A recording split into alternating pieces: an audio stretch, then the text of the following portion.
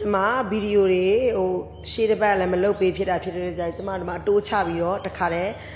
နှစ်ခုတခါတည်းလုတ်ပေးရိုက်မယ်ပေါ့နော်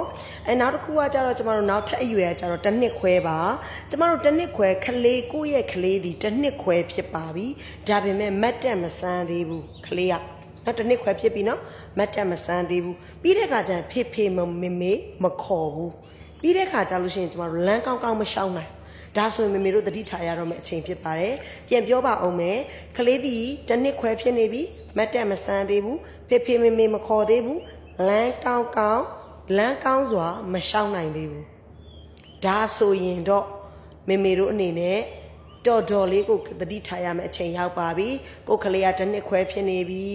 လမ်းကောင်းရှောင်းနိုင်နေပြီလားမတ်တက်ဆန်းနေပြီလားမတ်တက်ဆန်းရနေပြီးတော့လမ်းကောင်းရှောင်းနိုင်နေပြီလားနောက်ပြီးတဲ့အခါကျဖေမေရောခေါ်နေပြီလားမခေါ်သေးဘူးလားမခေါ်သေးဘူးဆိုလို့ရှင်တော့မေတို့ဒါကတော်လေးတတိထားရမယ့်အခြေအနေဖြစ်ပါတယ်ဒါသည်ကျွန်မဆရာကြီးဝေမျှလာတဲ့ဗီဒီယိုထဲမှာဆိုဒါကနောက်ဆုံးဖြစ်သွားပြီပြောချင်တာကဒါဒီအမြန်ပြရတော့မဲ့အမြန်ဆွေးနွေးရတော့မဲ့အခြေအနေတွေဖြစ်တဲ့အတွက်ကြောင့်မို့လို့ဒါဆိုရင်ကိုယ့်ရဲ့သားသမီးကိုပြန်ပြီးတော့ပြန်ကြည့်ပါမေတို့ရဲ့သားလေးတွေမိလေးတွေကတစ်နှစ်ခွဲဖြစ်နေပြီဒါတွေလုံးနိုင်နေပြီလား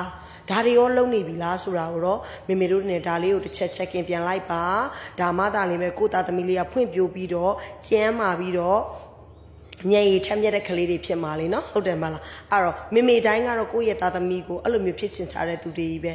နော်အားလုံးကဖြစ်ချင်ကြတဲ့သူတွေပဲဖြစ်တဲ့အတွက်ကြောင့်မို့လို့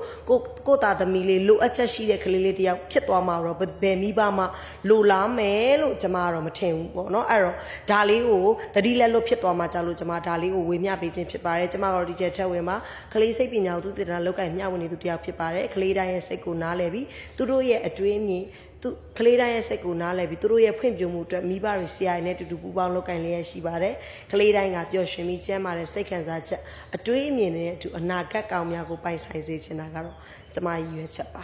ကျေးဇူးပါ